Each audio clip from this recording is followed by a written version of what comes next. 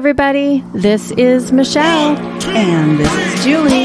Welcome to a blonde, a brunette, and a Mike podcast. What is our podcast all about, you ask? Well, we're two 50-something women with life experience and, plenty to say. Which is exactly what we're going to do right now. Hey, Michele. Yeah. Have you ever watched The Walking Dead? I haven't. Okay, you're missing out. I know. So, I've heard of it. The Walking Dead, for all of you out there that have not watched it, is a program that is on, I don't know, AMC or one of those shows or one of those channels, but is talking about a world when zombies are now have gone, they're on the earth. Were you going to say post-apocalypse? Yeah, I was going to say post-apocalyptic, but I couldn't say that. Post-apocalyptical. Okay. Post-apocalypse. Anyway. Yeah. Okay, so I was with my dear friend, Miss Dawn Cleasy Clay, in Mexico recently, and we you got to go to Mexico? Yeah. Not that I'm bitter or anything. Keep going. Well, the fact that we even had time for this conversation would tell you that we were stuck inside because it was torrential, like category, it was close to the hurricane time, right? When it was just prior. Yeah. So we were hanging out, and we decided that we were going to talk. I was saying, okay, tell me, if we had a zombie apocalypse, what would you do? And of course, I'm making this all up as I go, right? And so I gave her a piece of paper and a pen. What? Set the stage for me, if you would. Okay, there's a zombie apocalypse. Okay. And people are turning into zombies if they're infected by those zombies. Okay. And then they I'm just thinking of like The Walking Dead, right? Yeah. They eat people and everything for their food, and they have to be killed, and it's really awful. But that's what you do to stay alive. That's what you do to stay alive. You have to kill all these people, and you have to board yourself into houses or into forts or whatever, Okay. It's awful. Okay. Of course, I'm very intrigued by it, and I can't stop watching, kind of like when you're driving by the freeway and, there's an accident, you have to look. It's the same kind of thing. But I was like, okay, if there was a zombie apocalypse, some people would ask you, would you stay and fight? And I'm thinking to myself, if I were to flee, how do you know there's not zombies in other places too? So, of course, I would stay and fight. This is my first initial thought. And so I'm talking with her, and I'm writing down my list of the people that I would have to stay and fight with. Pretty sure I'd flee. Okay. That doesn't surprise me. And so Michele was pissed when I was telling her about this because she was not on my list of people. Okay, keep going. Like I interrupted. But okay, so the first thing you're going to do is make a list. Right. So, my first strategy was to stay and fight, right? Right. And so if I'm going to stay and fight, who do I want with me that's going to fight with me? On the zombie apocalypse team. On my zombie apocalypse team. Now, I neglected to mention that there are a lot of people, women and children, of course, because they're probably not going to fight. This is the theory anyway.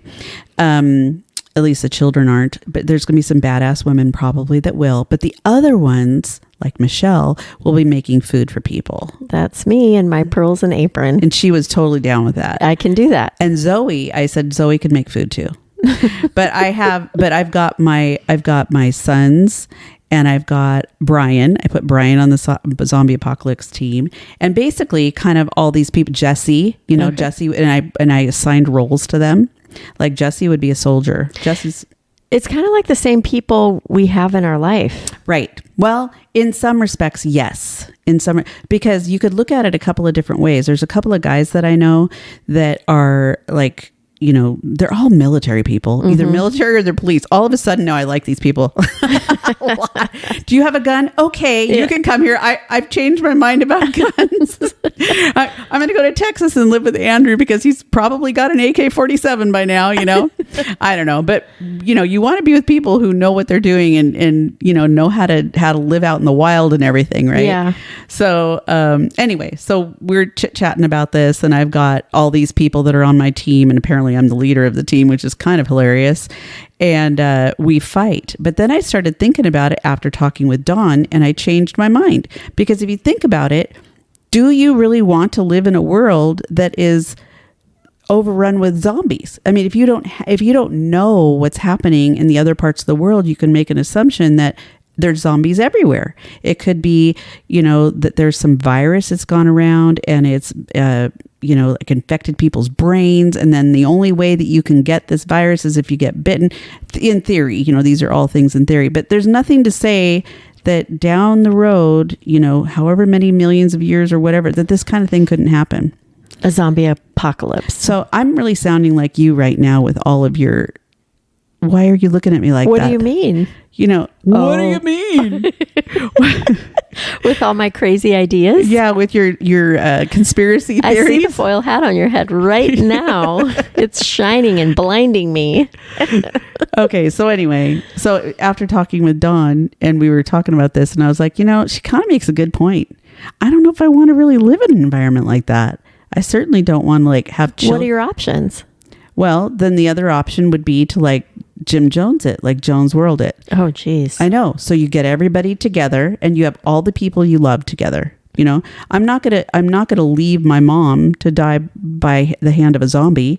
I'm not gonna leave my sister, or maybe I'll leave Mark. I don't know, but maybe not. Joking. I would not leave Mark. The people that are close to me. I wouldn't leave you. I wouldn't leave people that are close to me. Mary would have Andy. She'd probably be kind of far away and dealing with her own zombie. They fled. Huh? They fled. Where are they fleeing to? They fled. Where are they going? You don't know when you flee something that's quick like that. You don't know where you're going. You're just going to save yourself and you flee. But then what kind of a life are you going to lead? What kind of life are you going to lead with the zombies? To your point. That's my point. But at least you're fleeing and you're trying to figure it out. Okay, so you're surviving. Yes. Okay, so does there come? I've done that all my life. I know I could do it some more. So you haven't watched the show. So it comes to the point where it's like, do you want to survive in that environment? Is this how the movie is? Is that how the movie is? It's like seasons. It's like a TV show. Okay. And truthfully, I haven't watched past season 7 at this point. Okay. But everyone is out for themselves. You just see this humanity and how humanity has. It's kind of how it is now. I think we live in a zombie apocalypse, to your point. Everyone out for themselves. Kind of. Yeah. Actually, that's a really good team? point. Well, you're on my team, but you're cooking. And I'm in the thick of it, just surviving. Okay, so here's the thing. I don't know if I want to live in a world that is overrun with zombies and where I have to live in a cave. This doesn't sound like a great. So you would what did you call it? Jim Jones it? Jim Jones it instead of fleeing and trying to survive? No, I'd stay and fight as long as I could. And if it didn't work, then we'd Jim Jones it. But before you would flee? Well, it's kind of like fleeing, I guess. I mean, fighting is, I guess I don't run away. No, I wouldn't run away, because if you run away, then you don't really know where you're going and you don't know if the same problems in other places. All right. So that's all I'm saying. But at least you tried. Yeah, I guess. It just sounds like a really awful existence. Jim Jonesing it doesn't? No, but at least you're with all of the people that you love. Oh, you could all say goodbye together. I would have Harlow and Cassie with me. Okay. And all of the people that are together, and we would say our special things to each other, and then we would. I mean, it is a thought-provoking thing, just that you bring up, and a thought-provoking point, I guess, is thinking about who would you want to have on your team. Mm-hmm. So you've obviously thought about this. Yes. And you know who the people are that you would want to stay with you and fight. And I'm just sitting here thinking of, it's interesting because you coincide it with how people are in life, just like me with cooking in the kitchen. There's a lot of people that are out for themselves, right? So yeah, but I just mean as far as the people you would want on your team to fight for that survival, right?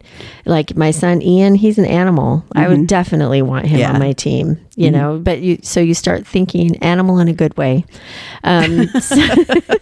So you start thinking about the qualities of people in your life and what and how they would contribute to this team.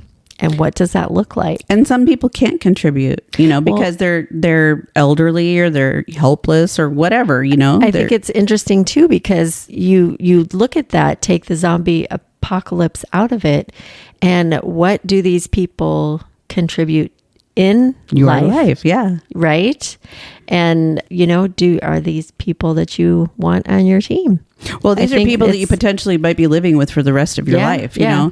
So if you look at it from a couple of different ways, strategically set up the most amazing team to fight. And but fighting means that you're standing your ground. And I would suppose you could be nomadic, and because you're going to have other groups of people that are not good people, like in the show, that are going and stealing all the medicines and taking, you think about like Mad Max, those movies, it's like there's some scary people that live post-apocalyptic, right? So, and it's not to say that kind of shit can't happen. Right. Look at what's going on over in the Middle East right now. How do we know some bomb's not going to get dropped on somebody, and they're going to end up with something like that? So those kinds of things, I guess, could happen, whether it's a zombie apocalypse or not. But anyway, I'm just saying with, there's people that that are not part of my family that I would want to be involved, because I know they have specific skills. They're not afraid. They know how to use weapons. They know how to build. I get Eileen on my team. How do you know Eileen's not on my team? She's going to be on my team. Okay. You're on my team, and I know I'm cooking in the kitchen. Yeah, you're cooking in the kitchen. I got to think now though about my own team. I'm like, who would I have on my team? Oh my God. Okay. So those were the two things. You either stand and fight, build a sweet team, and you have people that are innocents or are, not able to really protect themselves there that you can protect. They might have to pick up a gun and do some stuff. They might have to use a knife, whatever, but they're prepared to do that, but they're not necessarily going to unless they have to. Yeah. But it's nice to have somebody who is a total badass and knows how to handle all of this stuff. Yeah. And so that's where people, I think they end up being in law enforcement, or they end up being, you want a doctor or a nurse or something on your staff. So then I'd have Dina. So what would the components be? Whatever you want it to be. Well, just like realistically, like sitting here and strategically thinking about it, we're talking about a zombie apocalypse. And to your point, what you were just talking about, that's a very good thought process, because you would want somebody who is probably a good delegator. You would probably want somebody who is a nurse or a doctor. You would want somebody who can cook. That's me. That's going to be my job.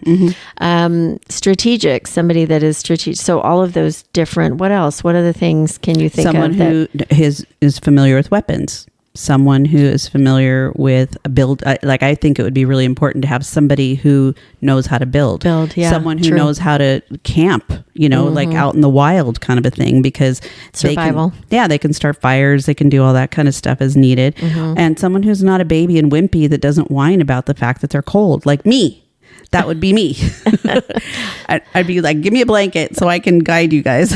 No, but it's like that they're not really worried. You know who comes to mind is Rick Moore, honestly. Oh, really? Well, think about it. He can build. He doesn't care about a lot of things. That's true. He would be totally loyal and fight for you, but you'd have to put up with all the other stuff too, I guess, with him. So anyway, those are the two courses of action. And I guess it would just be dependent on how severe and how bad it is. And if it's something that would be a trajectory for the rest of your life, or is this something that's just happening right now that you can get through and the world will be better on the other side? I think we kind of feel this way during certain points in our life. When you just said that, that's what came to my mind, was like, gosh, I've kind of felt like this at different times in my life, where it's very tumultuous and the things that you're going through are extremely difficult, and you want to give up. Well, you feel like you need a team to get through it. And I've had people on my team to get through some of those hard times. Yeah. Wasn't a zombie apocalypse, but it could be anything. But it feels that way sometimes, because it feels like, everything you're doing is just so difficult, and you don't know how to do it all. And you really need to be around people who have more focused and driven and optimistic about their abilities and have confidence. All of those those things really play a role in any kind of situation where, we might be without power for a month, or we might be without food, and you have to be able to forage and get those things. And I know this sounds kind of crazy because we live in, a time when we shouldn't even be talking about these things. But it's coming. I feel like stuff is not good out there. It's not. So we kind of have to at least mentally prepare for any variation, maybe not zombies. We're saying that to be funny. Yeah. Not funny, but just to have fun. Yeah. But it could be something very similar to that. I mean, our country could get invaded. Well, I was going to say, think about it. If World War III happens, if some of the, we're in very, I feel like we are living in very uncertain times. We are. And there's a lot of theories out there about the way things are going and the things that you should be doing to prepare for some of those outcomes. Honestly, right? Yeah. And so having that barrel of food in the back of your house, all of a sudden it's like, I want to be every Mormon's friend. Well, think about it. Think about it. Where are all the people going to go when these things, you joked earlier about, all of a sudden your guns are okay when you're in that situation. And that's exactly what's going to, that's how those things go down. It's like, okay, where's my friend with a gun? Mm-hmm. The reality check that comes in. Because if you do have that cellar of food, and if you do have those barrels in the shed out back, what are you going to do to protect yourself from other people coming to get that because they can't get their own food? Right. And do you share? Right? Yeah. Yeah. Because I'm all about sharing, but it's like you got to contribute. Well, that's where the community, right, community living comes into play. But when you're in, those times of distress and uncertainty and where things are happening, and shit can get crazy, man. I know. It has before, and typically history repeats itself. Yeah. But I think that's obvious to me that you'd run. Well, there's that, but no, just some of those things that I just mentioned, that one, that it could happen, and two, those situations definitely can be a reality. I think you look at when I see some of these programs, like we were talking in one of the episodes about binge watching stuff, when you're watching some of these things, I'm always focused and honed in on like humanity, like in that particular series. I mean, there are so many little intricacies involving humanity and how people are with other people, and how survival takes over. And I mean, I know it's a fiction thing, but that kind of shit happens all the time in other parts of people's lives, or in like right now in the Ukraine. It's like you've got people that are in dire situations, I imagine, probably dire situations with food, weapons, people not being well, they might have been hurt in some way. And so they've got to have to band together. But at the same time, people are probably just trying to take care of their own. So they're not banding together. Who knows? I really don't know. But